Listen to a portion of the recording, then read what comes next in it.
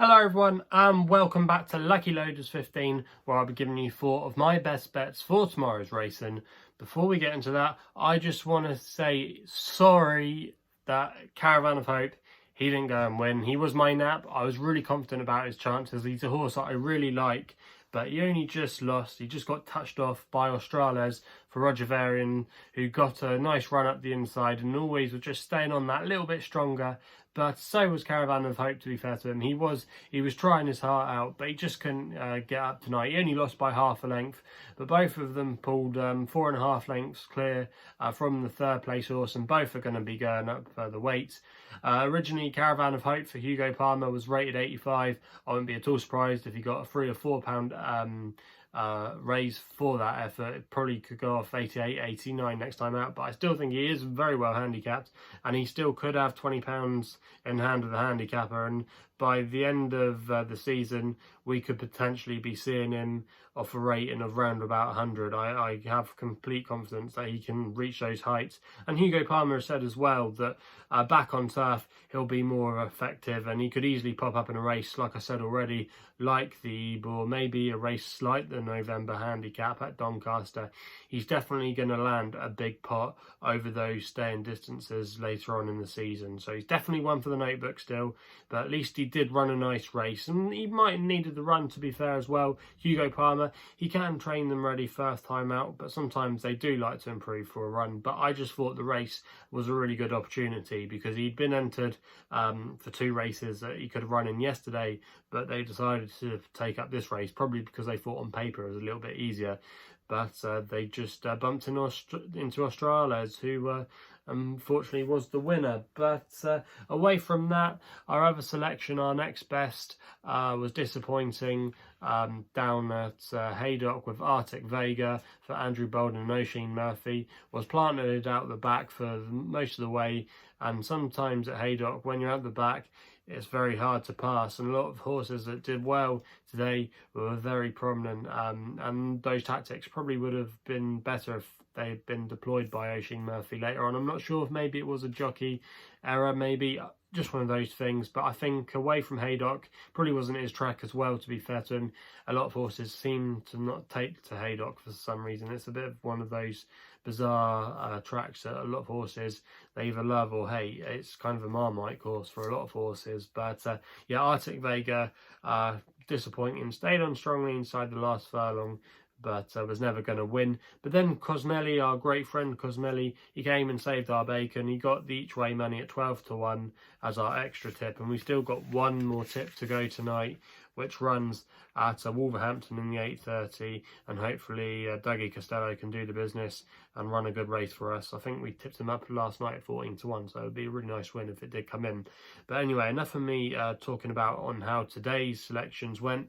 We'll get straight into tomorrow's racing, and you might notice some fancy graphics coming up on the screen every time I give up a selection, just showing you the name of the horse, the time, what type of bet it is, and the name of the jockey and the trainer. I would have liked to maybe fitted in some facts. Maybe I will figure out how to do that, but I just thought it would be a nice touch to add to my videos. But we'll get straight into the business end of things, and we'll start in the 320 at Pontefract with my nap, which is going to be a horse called Oleg, currently 3 to 1 best odds, trained by Paul Nicholls, who doesn't have too many flat horses, but sometimes he sends now some of his jumpers on the flat, especially as his daughter Megan Nicholls is a very talented apprentice jockey, and she's going to be able to claim a £3 off the horse's back tomorrow. Now this horse has only run once on the flat so far, and that came at Southwell when he bolted up by 5 lengths.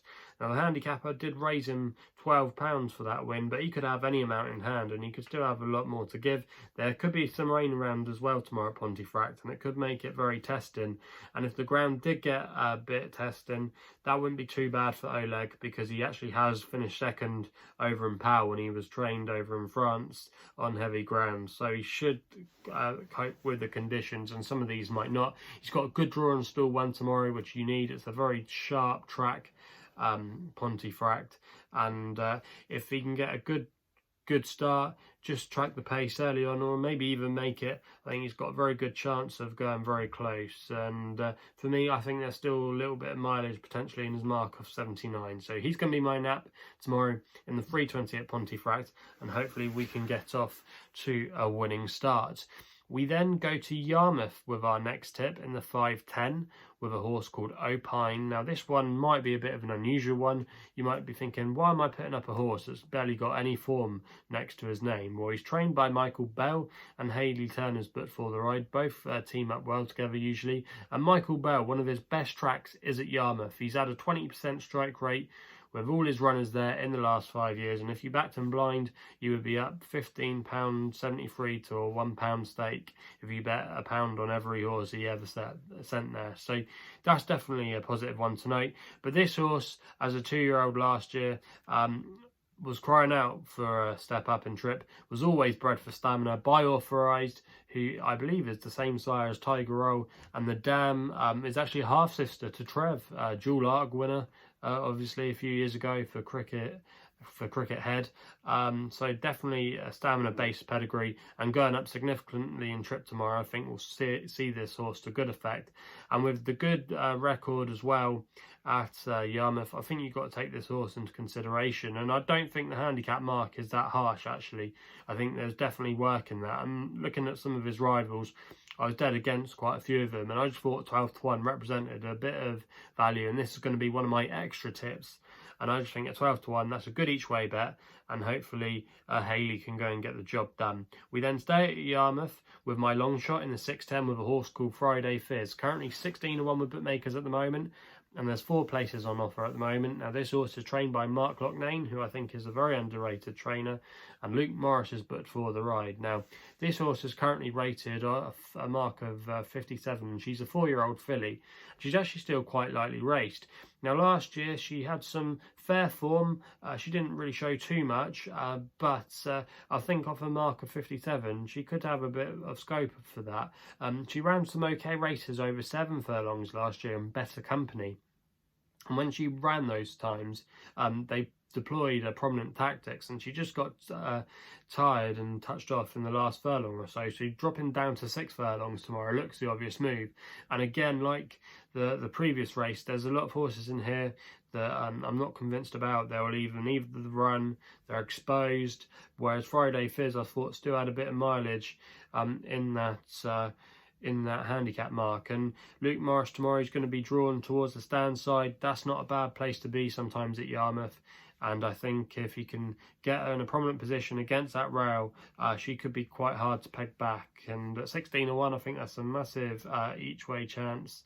And with the 4 places on offer, I think this horse has got a very good chance of going very close.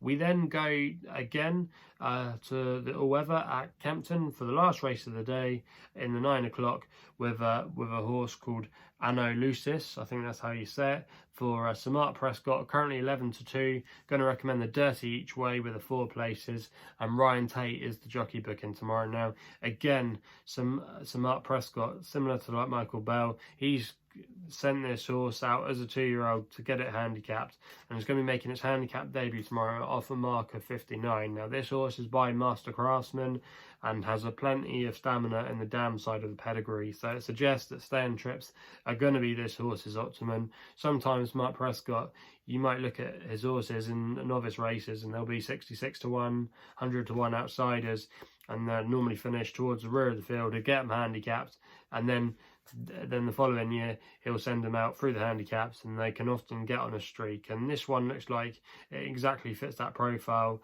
And Sir Mark's horses, to be fair, have been running all right. He had a nice winner at Newcastle last week, and he had another nice runner at Yarmouth. So some of his horses have been running well from his small string. But I think 11 to 2, I think that's a good sign that they obviously fancy it to go well tomorrow. Also as well, probably the bookmakers do want to keep this one on side. But I think this horse definitely has mileage in his handicap mark off the mark of 59. I wouldn't be at all surprised if he made a handicap winning debut. And once Sir Mark's horses, once he gets the first one over the line, they normally fall like dominoes. So for me, yeah, like I said, 11 or 2, that's going to be my next best. And with a dirt each way at 4 places, I can't see him finishing outside of the frame. So they're my 4 best bets for tomorrow's horse racing action. Now, if you haven't done so already, please hit the subscribe button for more videos here on my YouTube channel at LuckyLoaders15. You can also follow me as well on Twitter using my handle, which is also at LuckyLoaders15. And oh yeah, just before I forget as well, quick round off. So I know some of you like the round off at the end. In the 320 at Pontefract, we're going with Oleg at 3-1 as my nap. In the 510 at Yarmouth, my extra bets, we're going with Opine 12-1 each way. We then go to Yarmouth with our third tip again, staying there with my Longshot Friday Fizz in the 610, 16-1, 4 places each way. I think that's a cracking value bet. And then we end at Kempton on the all-weather in the 9 o'clock with Anno, Lucis, 11 or 2, 30 each way, 4 places, and that makes up my 4 best bets for tomorrow. So please gamble responsibly. Hopefully we can have some winners tomorrow, and we'll be seeing you soon.